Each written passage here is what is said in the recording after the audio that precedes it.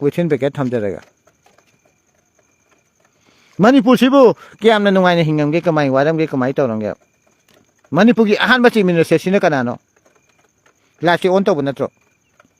Manipur gi first oina governor lai sino kanano second governor kanano adagi situation se khuloi khangnara bunatro adagi MLA na kana leri MP na kana leri adu loi khangnara bunatra maside inau nongna ai han hana bot thaja jagi bese pailo langam lai wara pabung pailo langam na moi lamdagi pelo lama hura le khola le kana haiba ado ai ki angang oina bot thadagi ba matam du da mane plan ma hura le kana haiba se masik se masima ina ihan ba bilep taw bari jotin kawi sa se lang thawan phura ma khong dagi ni matam duma aina bot thadarak pada ihan hana pilot angam haibra adate plan hura le kain taw bugum ba adagi ani subada aina ningjang bada akoi gi speaker oiramba akoi gi lai oigraba thangjing sing da pokai se mapan thokta le kain taw bugum ba ma aina angang oini ta hobani go tigi after on back ta akoi gi Alimuddin Sahana akoi gi mado masigi perosin nakna barangna da bai khangre adu atumaina ta hoba moina aisu 1919 kya de ai voting right phanga lak pa jotin misak amana madak sida nauri hairi balam dam sida aina pokcha ba moina 1986 ki Manipur gi amin haiba si leiting da koi father se amin wara mamdana anna akano da sigare akoi gi toriba sida noina mai gi kai gi hujik mayam na wana na pasa pan toriba jing loktak project ki si leitabi matam da loktak to adu mai la aga lakwa adu mai taw la asu matung dagi kiam luba Manipur gi kaino se situation si kiam lugi habda koi khangmina se ngase chief minister si kanana oirami adagi kanana sigi akoi kaino do like that for example masi su khangba ma sang ya akoi le khangba ma sang dro masi angang oibe halobe masi khangde gadi thabang ta tobo yaro magi masano pa kano dogi Hemochandai manau no pa duna commando khaba ni ka du da ni tawde me am tawde to maximum natro dagi sidai kari Hemochandra adu ada me am taw chima mang dagi Manipur da sida leirami ba sigi nogi hek machine adu jaga da Manipur da amina se kaya leirami kamai tar me si wari natro dagi pabung bire na ngang di government pare adu to da puna mo si tok tho matong da koi na hajan ni badi listen to me how do you see akoi na daka wari base government ma failure like that pabung bire na ngang mi wasing lechumi masle chuma wani ada hojik sing sida chumi bajing se koi loi khangnarin debai sing sida kamaina kana na chali kana satage habesina matam du da kamando lokhon pabung aigi nungsirba bada lokhon si nungai bra none injan bi badagi nungsirba mai marai bakto adagi nona hu kamjan bagi lu kai dore si matung da musu kana kanjala kana kai dawdo no hauji sunu ne pami sida ji yam phaba khunai malinge mayam tawre commando haibasi 19 ket 19 ga thoki commando si sida noina force vision bi dana nangi ulok chaba haibaduna tawri bajing noina politicians ka koi processing si anida gaping amale bi natna kudong chada ba ma thokare pon si sida ngasi di noi puna nungai na tamina no nahong na fata benjen ben nate noina ngasi noi gi nungai na ba nongmai pai ba noina nongmai pi ba nongmai jing sina noi gi nungai na ba ngata khona ba dagi isona pi ba pap kawe adu sense of god kawe noina matam da mi kasulan se da ba kaya mi hatok pi nongmai pai ngasi susik tawri like that noina sibai khalaga nongmai pai se kari no khangdre noi ta bro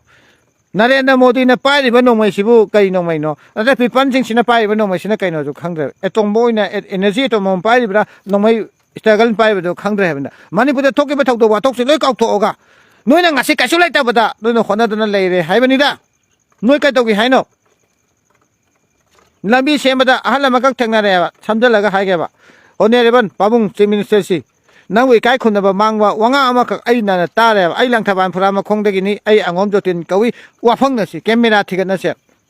ada kai no mathong manam khangda bana pabung na sagali ba tawri ba jing sida kari no tawninge tawni tawri hai gamba wahai mai ta re masigi da makta aina tape tawraga ai recording tawbudi haite adu ai jotin na haijaranga pabung Mr. Pabung si Masi bot ki oina semi da bai do hangna se aduga noina ngasi noina pabung nangna chimi se oiraga nangi basana butho ga sembra haiba su paung da hangjage mina ma yaw da bu tin hangjage ba ai lab ni thari se ꯍꯧꯖꯤꯛ ꯄꯥꯕꯨꯡꯅ ꯄꯨꯊꯣꯛꯇꯅ ꯇꯧꯔꯤꯕꯁꯤꯡꯁꯦ ꯄꯥꯕꯨꯡꯒꯤ ꯄꯩꯁꯥꯔꯕ ꯑꯗꯣ ꯅꯣꯏꯒꯤ ꯃꯤꯁꯤꯡꯁꯤꯅ ꯂꯥꯟꯅ ꯇꯧꯕꯗꯤ ꯄꯥꯕꯨꯡ ꯖꯣꯇꯤꯟ ꯁꯣꯔꯤ ꯅꯅꯥꯎ ꯅꯆꯥ ꯖꯣꯇꯤꯟꯗꯤ ꯈꯥꯡꯕ ꯉꯝꯗꯦ ꯃꯥꯅ ꯉꯥꯡꯉꯛꯄꯗꯨ ꯀꯌꯥꯝ ꯋꯥꯏ ꯈꯪꯕ꯭ꯔꯣ ꯀꯔꯤꯕꯨ ꯑꯣꯏꯗꯅ ꯑꯩ ꯂꯪꯊꯕꯥꯜ ꯐꯨꯔꯥ ꯃꯈꯣꯡꯗꯒꯤ ꯄꯣꯛꯆꯕ ꯑꯉꯣꯝ ꯖꯣꯇꯤꯟꯅꯤ ꯍꯌꯦꯡ ꯋꯥꯐꯪꯅꯁꯤ ꯃꯥꯅ ꯍꯥꯏꯗꯨꯕꯨ ꯅꯣꯏ ꯂꯝꯕꯤ ꯊꯥꯕꯁꯤꯕꯨ ꯇꯣꯛꯊꯣꯛꯎꯔꯒ ꯍꯥꯏꯒꯣ ꯍꯣꯏ ꯃꯤꯅꯥꯏ ꯃꯆꯥ ꯁꯤꯗꯤ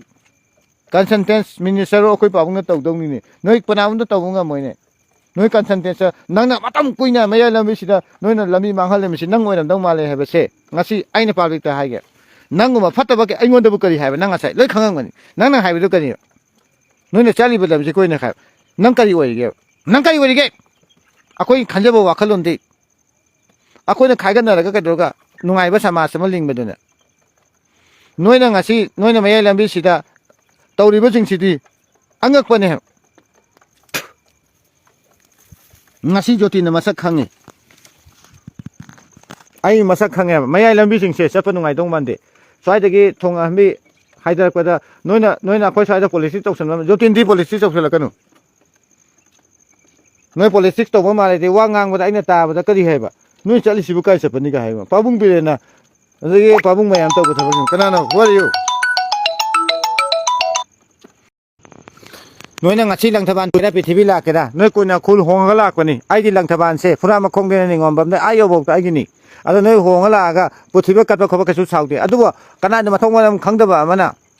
wangang uda jotin khangba ngam deba paisa pai bi no pai be ni lambi semina si loi tausi mayam tausi ngasi tawri sing se nang paisa putho ga thabam ta tawmina ai paisa putho koi thabam nang yeng law noi di paisa gi go mengi thabak tor ga paisa putho ko sabo wana ai na ranai putho ko thabak ti kyam taw ko le khangbro ai thabak to bam pham de yengu law ne aduga noina chakat ngang ba ya de noina ngasi lambi thaba me lambi sem chu nang na ma na pa na putho pa sana thabro hoi stop it nangi na ma na pa na nangi na pu na pe na putho thaba lambi ro sibo you can get it nangi na ma na pa na su na putho ga na ma na pa na putho ga lambi thaba chi di government phani ne aduga kasu mathong manam khangdaba na wa ngangi noina tawba ya na pi ba ya pi ri ni nogi namana na pana na chinna putho thaba lambira ba nang ahing tumba ya da ba kya tumba ya da ba imale ba iram dan ji pharaga lore na nungdang pune mak suri ba paisa kai phangi dana paisa kai towi migi ponchi lai la su tam thu kai ba pune mak imale ba ke da kai noi ha to ro nang si mi so be oi da be nang ka do ge ha no nang thikada macha ma tet paisa kar pa ga nang thikada ra moi nang punsi ko mai apha boina hora ke nang sama ko mai pa ke nang khunggang ko mai to ge nang ina punsi ki nang apa ma kai no what do you happen to your life nang chaka nang paisa kai nang nong mai namai ma thu to ge ro ka subi to ge ro thun da ka pulaw ne hey stop it what you fucking boy must you doing to the pillar of life you shouldn't be I want to say very well speaks now for you nang na sibai macha am khalaga lupa la am ka putho ga ani ka to sangkha saw do nang punsi ka ura ba ka su bi nang la ani ka nang na puthok na humang man ta na amtang jangan da changjin silaw ne nang jangan nam ta changmin silaw ne face to face am ta tong na silaw you come on look at me I am Jotin come for now I sending just nang wa su lo bi nang ka to ge no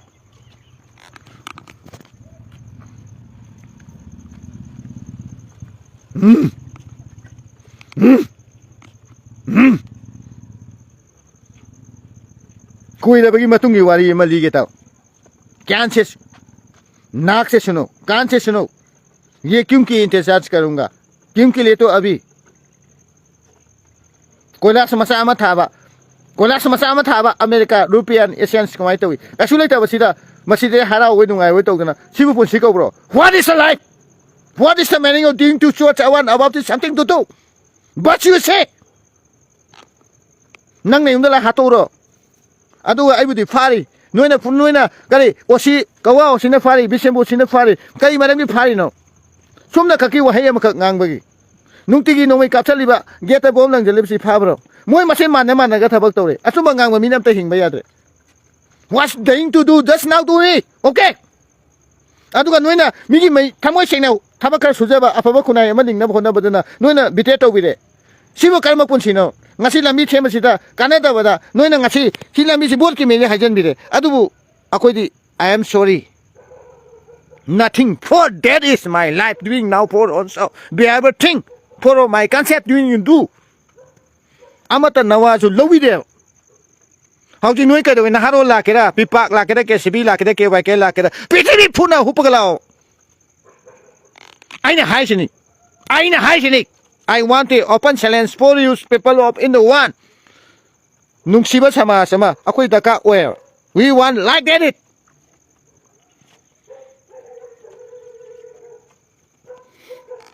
matam kuinagi mamangdagi paisa thadokta thadoi thadokti ama tawti haibadu da lupa crore kya crore haibasu phagiro aduga lana message tawsu nuna putok tobi leri aduga ningonda phugani saigani ama tawni haibasidi jotinti must wonderful kamje kem chana oire mana oibade gasimak semasi yam phatro akhoi phangde it's likely we want to do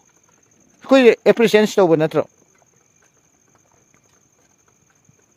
nena sidagi hena kai apamano ri tawri mese semi ba kholi aina lambi chapa matam nungai tabado ana sembi ri sibu pabung khem chana ese head of when sembi ri ni ado ma gu mangang mana toga noina chumai bhaltu toga manipur siam han badu di jotin khangba ngamde ha mana ngang ko wadu tabanu ngasi semi ado phona maksin sida masi natabada mayam phona ma khangbi ga dabadi hauti se pabung chimi segi natabada lambi kra semi masi consentence kanano khangdaba amana lambi semi basidi ado pabung na hayeng sengdokpi rakani masi semi bi lambi singsi lambi sem phate masi semi bi lambi yot yaud bra nata to ahing dang tomba yadan tawrina ado consentence kanano habido lan tawring da hoti masi aina ngasi public platform da nata all of in world sida aina hajari sini masi kan MR company ne pai hai aina I have something for knowledge ni amai to basida koi pabung birena sorry akhoi pabung khemchana masi changbiraga masi hian thang da leiba akhoi gi hana big farm nan dogi oramada moiche tawga tawbani masi de kenthok mayam tawrini adu quality yaud ba haibase simtanga koi baja ari naharon mayam am lei hado pasa khaiba selai khulai to bojing do sen khaiba amta khaibirano sen khaibi mahuta sen khai thung khai si tok piraga lambi si maside sida pharaga consentence oireba police department ga tana ga tathek tachin tongnaga akoina sen khai kai kana dun masi I am sorry angang ga sina like tamba phangda dana lambi chapa nungai ta bajing sida focus obiraga government ga no puna punjan minanaga tachok tachin tongminanaga apaba ama sembadi phaidena ko mena jotina puga ngangi se atei amate gi nate haba ana ngasi pabung khem chana tawriba thabak se ngasi bokti aina thengna rakpada sigumba nupadi leite aduna sana khonaraga horokpa angang singsina ata laila su yam tamaga manipur nga kani atwa prithibi nga kani se jotina sumai yaningde sana khonaba angang ama oiba sida ke pabung khem chana ngangi ba mana tawi thabak se masidi 199% chumi ai singum thagin tawrindu bisida phangbadi leite ai property amta leite amadi leite tawbodabu sumaina afaba khuna ema tawraga afaba jati ma lingaga imaleba inamdamna yai pharai pabung khem chana yai pharai maramdi mari asu mangangi hayeng sengwani hangchi sengwani hanji tawin tawbangami sumai tawdana magi mateng punamak akoina pangminaraga puna onjan minaraga koina jat bijati haiba leite ama bata leite manaba nungchinaraga puna himinarwa matamdida akoise afaba oidom nato masih kuki haiba leite naga haiba leite mitei haiba leite muslim haiba leite akoina thamoi lotri mahuta aseng aseng mathabak tawlo re kano jagoi sa sani isai sa sakan mathoi sengmagi state isai sangamin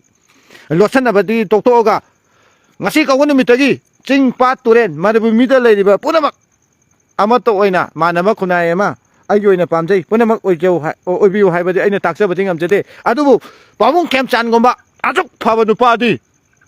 hayeng mitai kawbala laiba pasila aduga pabung birensu puna noi machen amatani aduna pabung ibobi nangdi hairoi jotina mapok simagi haira maroi masidi noi party la gai bu hat kera tuke khangtre nangna noma aina haidabadi kaino da akoina kaino tobodo noigi masim tangdi aina clarification piramage ai mapok sida aseng bamtang haidadi yadabani masimadi wan ta horo taibang punamakta nangna ngasi akoina manorama kawi selama ami defense power ek ki manung da parve patano mai kapsala hatokpa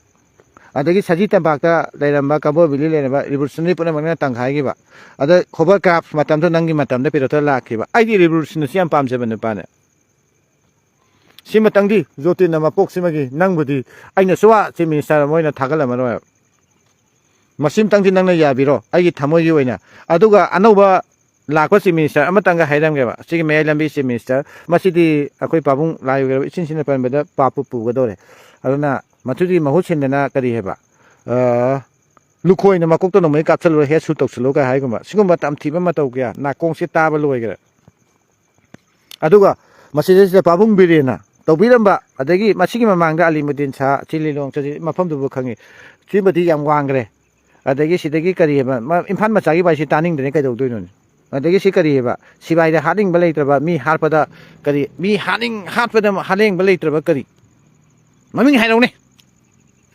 ibo bine palingi matam da Joy Kumar haibro mi hatpada haleng balai traba do China kai kanai ngasi jagat sing kauriba India gi phawraba hero sing India gi phawraba Narendra Modi si India gi phawraba Mahatma Gandhi neta Subhash Chandra Bose kana gum amata da moina aran ba thaba amata mogi group sing sinema ijatina kai gum matam ma pe pansing manghan gi belai bra kasubi lona ngange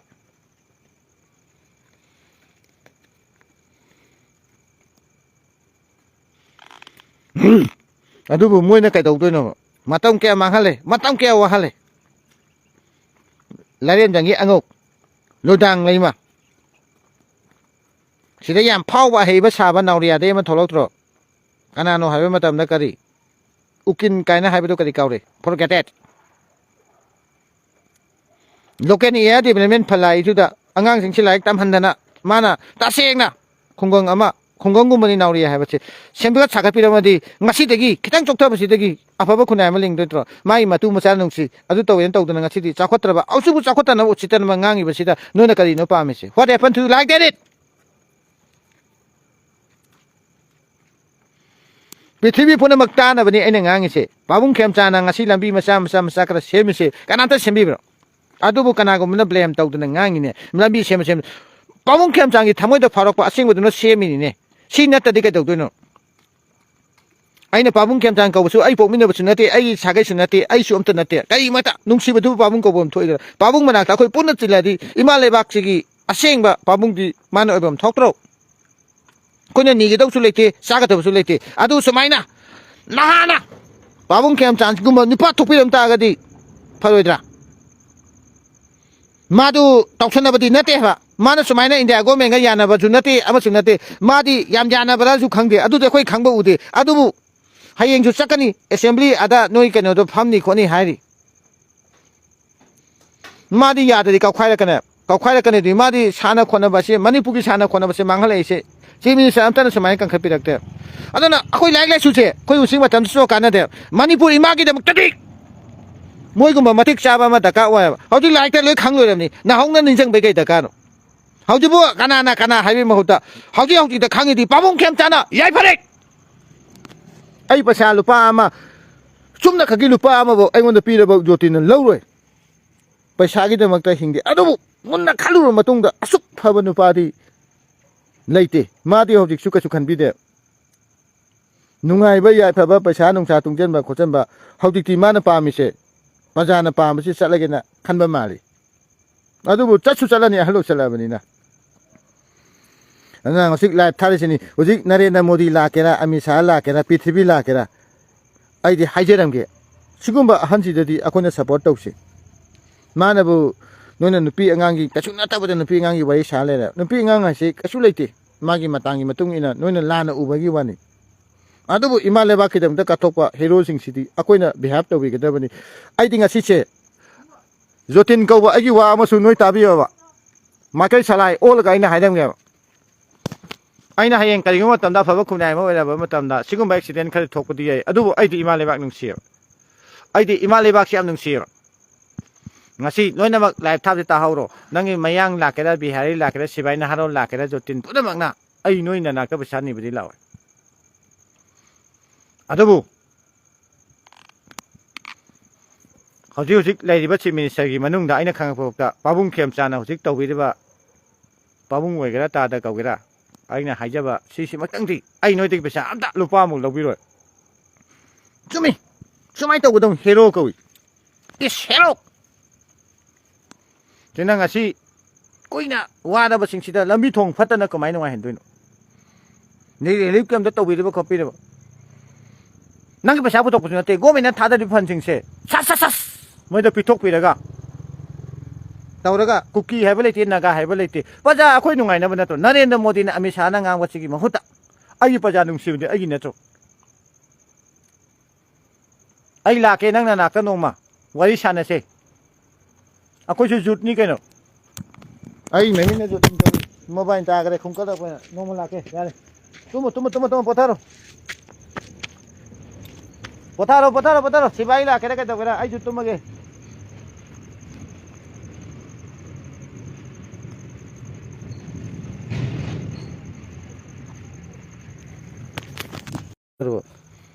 ꯆꯠꯂꯕꯁꯤꯕꯣ ꯑꯩꯈꯣꯏꯅ ꯍꯥꯏꯅꯤꯡꯉꯤꯕꯗꯤ ꯅꯣꯏꯅ vote ꯂꯦꯞꯀꯗꯧꯕ ꯀꯩꯗꯧꯕꯁꯤꯡꯁꯦ ꯄ꯭ꯔꯖꯥ ꯁꯦꯝꯅꯕ ꯅꯠꯇ꯭ꯔꯣ ꯄ꯭ꯔꯖꯥ ꯁꯦꯝꯃꯣ ꯌꯥꯔꯦ ꯉꯁꯤꯗꯤ leader ꯃꯇꯤꯛ ꯆꯥꯕ ꯊꯣꯛꯂꯛꯑꯕꯅꯤꯅ ꯃꯗ ꯗꯣꯟ ꯍꯣꯡꯒꯦꯔꯥ ꯍꯣꯡꯉꯣꯏꯔꯥ ꯑꯗꯨ ꯁꯛꯄꯨꯗꯤ ꯉꯁꯤ ꯃꯥꯅ ꯁꯦꯝꯃꯤꯕ ꯌꯥꯝ ꯐꯖꯗ꯭ꯔꯣ ꯑꯗꯨꯅ ꯍꯣꯡꯒꯦꯔꯥ ꯍꯣꯡꯉꯣꯏꯔꯥ ꯅꯣꯏꯅ ꯄꯥꯝꯃꯤꯗꯤ ꯄꯩꯁꯥ ꯅꯠꯇ꯭ꯔꯣ ꯅꯪꯅ ꯄꯩꯁꯥ ꯄꯥꯝꯕꯒꯤ ꯚꯣꯠ ꯂꯦꯞꯄꯤꯕ꯭ꯔꯥ ꯄ꯭ꯔꯖꯥ ꯁꯦꯝꯒꯠ ꯄꯥꯝꯃꯤꯔꯥ ꯑꯗꯣ ꯈꯜꯂꯣꯕ ꯑꯅꯤꯗꯨꯒꯤ ꯑꯄꯥꯝꯕ ꯑꯃ ꯆꯨꯁ ꯇꯧꯔꯒ ꯁꯤꯒꯤ ꯆꯤꯐ ꯃꯤꯅꯤꯁꯇꯔ ꯄꯥꯕꯨꯡ ꯀꯩꯅꯣ ꯍꯪꯉꯣꯕ ꯄꯥꯕꯨꯡ ꯈꯦꯝꯆꯥꯟꯗ ꯅꯪ ꯄꯩꯁꯥ ꯄꯥꯝꯃꯒꯅ ꯄꯩꯁꯥ ꯄꯤꯔꯒꯦ ꯅꯠꯇ꯭ꯔꯒꯅ ꯄ꯭ꯔꯖꯥ ꯁꯦꯝꯒꯠꯁꯦꯅ ꯉꯁꯤꯁꯨ ꯍꯥꯏꯔꯤꯅ ꯋꯦꯜꯀꯝ ꯇꯧ ꯂꯩꯔꯤꯅ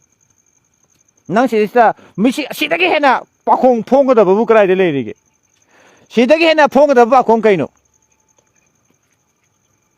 ꯑꯗꯨꯕꯨ ꯑꯩꯈꯣꯏ ꯀꯦꯕꯤꯅ ꯂꯦꯞꯄꯦ ꯑꯩꯈꯣꯏ ꯅꯥꯎꯔꯤꯌꯥꯒꯤ ꯑꯣꯏꯅ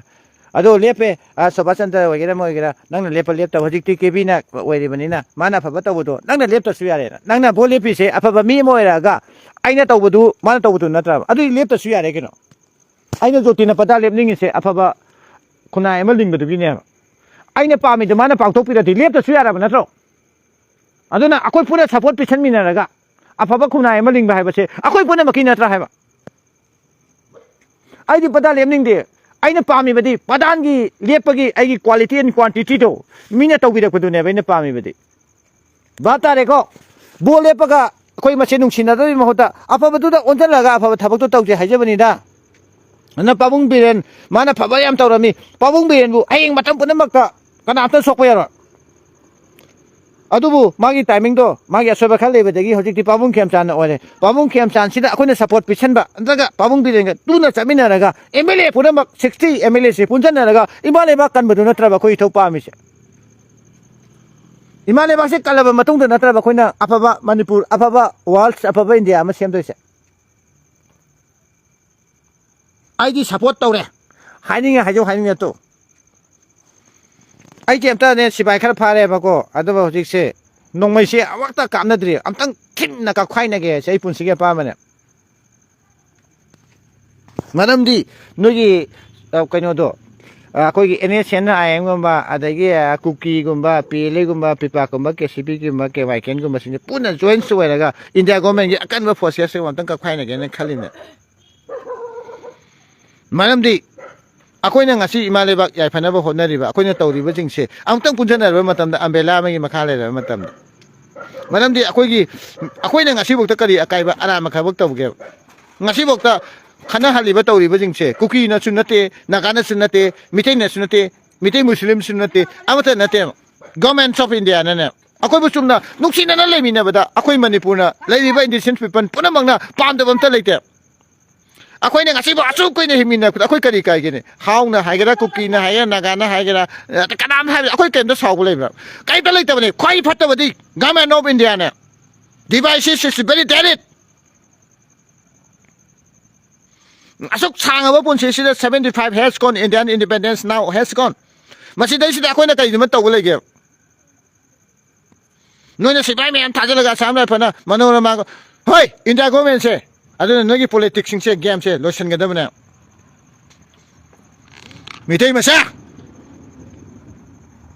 ꯅꯣꯏ ꯏꯟꯗꯤꯌꯥ ꯒꯣꯔꯃꯦꯟꯒꯤ ꯒꯦꯝꯁꯤ ꯌꯥꯎꯁꯜꯂꯗꯤꯅꯦ ꯅꯣꯏ ꯁꯣꯏꯗꯅ ꯅꯣꯡꯃꯗꯤ ꯈꯨꯗꯣꯡꯊꯤꯕ ꯅꯪꯉꯛꯀꯅꯤ ꯍꯥꯏꯕꯁꯦ ꯉꯁꯤ ꯑꯩꯅ ꯂꯥꯏꯐꯁꯤꯗ ꯍꯥꯏꯁꯤꯅꯤ ꯉꯁꯤ ꯆꯨꯝꯅ ꯍꯤꯡꯖꯕꯁꯤꯡꯁꯤ ꯃꯤ ꯌꯨꯝ ꯑꯃꯒ ꯃꯩ ꯊꯥꯗꯣꯛꯅꯍꯜꯂꯦ ꯌꯨꯝ ꯑꯃꯒ ꯈꯠꯅ ꯆꯩꯅ ꯇꯧꯍꯜꯂꯦ ꯑꯩ ꯄꯣꯊꯥꯒꯦ ꯌꯨ ꯊꯛꯇꯕ ꯀꯨꯏꯔꯕꯅꯤ ꯉꯁꯤꯗꯤ ꯈꯣꯏꯗꯧ ꯁꯥꯎꯅꯤꯡꯃꯟꯗꯅ ꯌꯨ ꯈꯔ ꯊꯛꯆꯜꯂꯦ ꯀꯌꯥꯝ ꯊꯤꯅ ꯈꯣꯏꯗꯧ ꯁꯥꯎꯅꯤꯡꯉꯤ ꯍꯥꯏꯕ ꯃꯇꯝꯗ ꯑꯩꯒꯤ ꯄꯨꯟꯁꯤꯁꯦ ꯌꯥꯝꯅ ꯀꯞꯅꯤꯡꯕ ꯑꯃꯁꯨ ꯌꯥꯎꯕ นวงไม้งอนนะไอ้ดีทำไว้สิดาว่าหังแก่หังนั่นหลักนว่าสมตัวเราวิเดียวเขาที่สุรานี่วันหลักสุดอีกไอ้อิชาเจ้าเราว่าเมตามาว่าแต่มิงสิดาไอ้สินะ police นะพายกันนั่นตัวไอ้กะดีนะเนาะนั่นแหละตานิ่งเดน้อยตกโตอันนั้นเขาจิกที่ลำบีเซมิเซยามพาราบันี quality quantity ฉันเชื่อมันทาราบันีอันนู้นน้อยเนี่ยบทไม่ยานี่อดูเนี่ยได้กันนะ politics เกมสิอันตัวบีระเนาะสุดท้ายท่าเดิมตัวปาบุ้งเข้มจานนะวันนี้ก็ได้ปาบุ้งเข้มจานนะฮัลโหลมันตัวปาบุ้งเนี่ยก็วันนี้น้ำไอ้มาทูชิดมุกพามันตัวปากไก่เลยนางไอ้ชัวท่าบีเดนี่จะไปยังไงคุกกี้ฉันนะบ้าอันนั้น assembly ตัวนี้คนนี้หาดิน้ำไอ้มาทูกันนะอย่างนั้นบ้า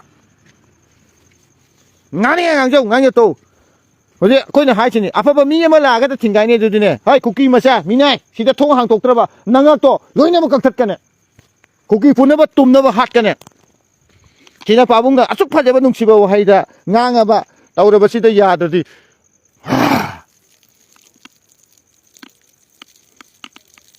หน่วยหัดให้ดีบ้า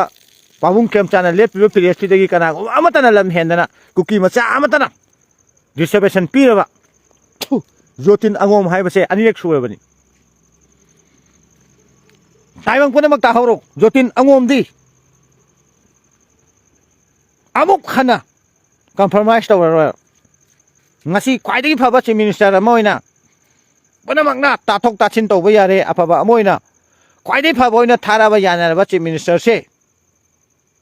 chidagi ani suba ahum suba chief minister ma hongak ta gadi jotin di no compromise no reasons I am sorry good night to see I did paper ni to wadabu imale bak sida aina kyam nung sigya habedo sida isa si minister se ani ga silaba hantak se kay umatam da si minister sina ani ahung ga silak na bagi plan to ta di India di thugai gene hasima noi khango India go me je pura thugai gene thugai ba demis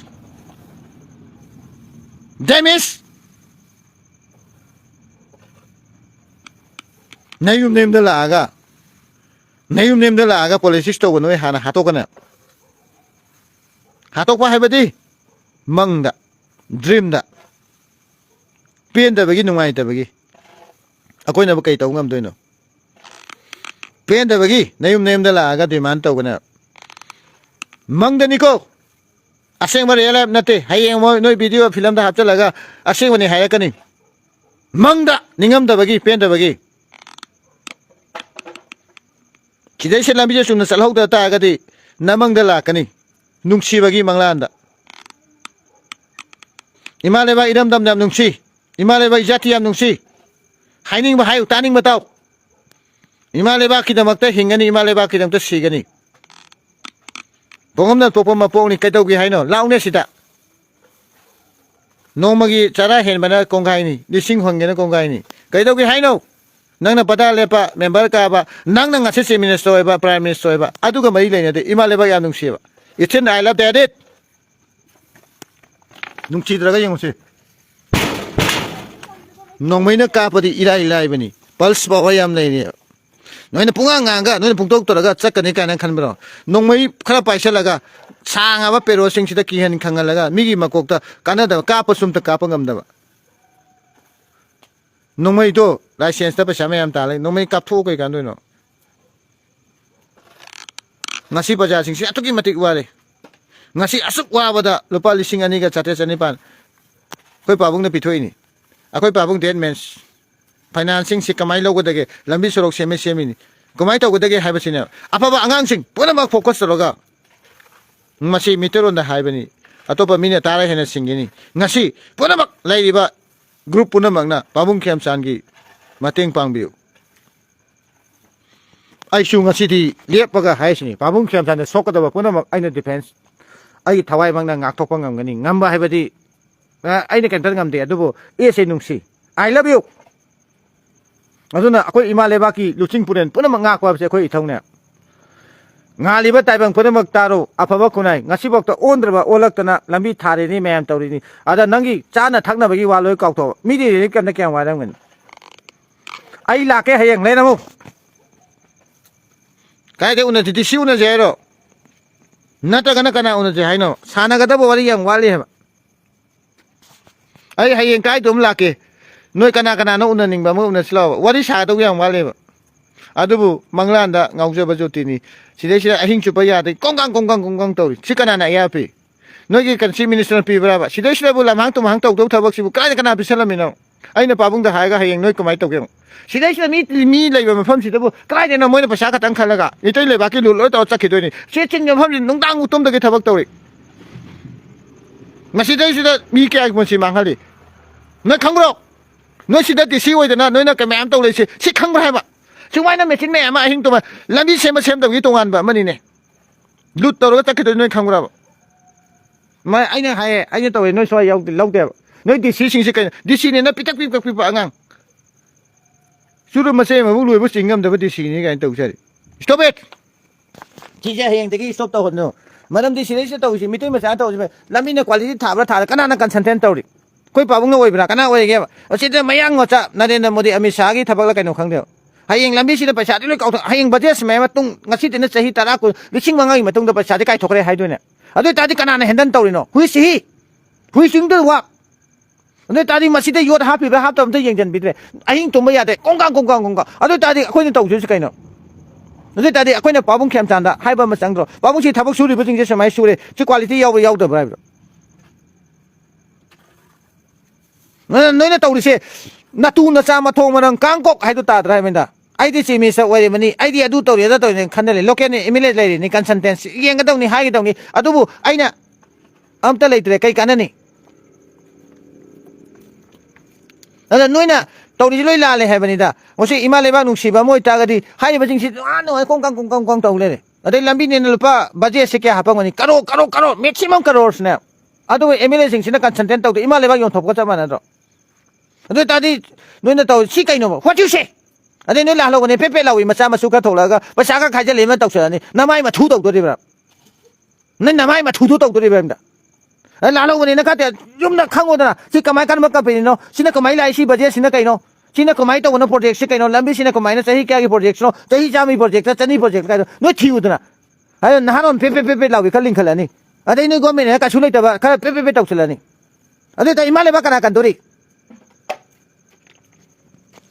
no imale ba kana kan do ri no mai ma cham pa ga te taw ni sida ta ta ri ba pcha sina sahi kya ki project no sahi kya ki plan no ade ti kamai lai no si du consultant taw bo ma sang ni na ade sida tumba ya de ahing tumba ya de ne imale ba sida kai taw ri ge ha ba ni da imale ba ki yam nung si ba sa dro hau thu ja ai potage aduna ngasi pabung khem chana tawri ba thabak si da pabung hena kause ipa ga mane ne kawri ni adu ma gum baleite adu pabung bi den suma gum baleite ibo bi suwa ya ning de nu phana hai ga hai ro ma ni encounter taw dana manipur da ma gi ka no taw dana adu ma na de pha bani hai na wa lo bi de na nang na ngasi taw ro dana nang na ngasi thawan chaw khale ha le thawan kam chaw khale thawan mang da kam phatha ba kam thoy adu ngasi su pabung ibo bi ne taw ba pabung bi de na taw ba payam taw ba kai taw no adu nang ngam de yam chawning se ngasi su ai ne khoi chawning ga taw ma de ga no nang na democracy taw ga nang na phana taw ga manipur di ning kha tam ba hai ba si de gi hong ga da ba phire am ta lai ta noi tani ga ta jok tang to noi asam lai phala ke ra bihar de me la pithvi la ke ra ai ti ma le ba ning kha tam ba se sing ta na ai ngom da we lai te akhoi people no lai that ni aina like ta mi ba aina asoba thabak mayam taw de khoi taw si ima le ba ki da mak ta na nang na ngasi nang na thawan se mi ba lambi taw ri ba ka taw ri ba kuki na ha to nang kai taw nga mi nang mateng pa ngo da na nang mateng pa ngo da na noi sibai la ke ra ka taw ga hoji bu itom da ta ki ta che na wa su lo bi de la thari sini nang ngasi Mahatma Gandhi na matam da tareng cha ga leiba matam da Netaji Subhash Chandra Bose na kai lami gi mateng lauraga India in folks link khalak na komai to na India sin ning khatam balai noi khangbro nang han India na ngasi taw ni listen to me Narendra Modi mere baat sun sako kitna salon ka ba मैं बात बोल सकूंगा अभी akoi na Tamil Nadu da nang na kano Tamil Tiger Singh sin sponsor taw na Rajiv Gandhi hat ki ba Indira Gandhi hat ki ba madu kari gino revolutionary gi staying home country samo oina sponsor taw bai na tro nang asi Pakistan ga akoi ga laina ni ba relation phati ba kaino Afghanistan ga phat ba relation China ga koi ga phat ba relation ka lai kai gino nang na kuki macha me am phajan da thamaga nang di khang ko te ne thak thu nang go India gi prime minister hai ba wani akoi father da nang da hena charuk cha ma han ba mini ne Manipur ki law se makers nang ko mai shemi law is doing to now understand ning kha tam ba hai ba se noi na mun gi ba da gi ne I feeling about something to do นั่งที่กับสุขขังมันมีนะเต้เนี่ยโน้ตอีสายทะเลเดี๋ยวดูสุดเนี่ยที่สกัลสลอยขังมันมีเนี่ย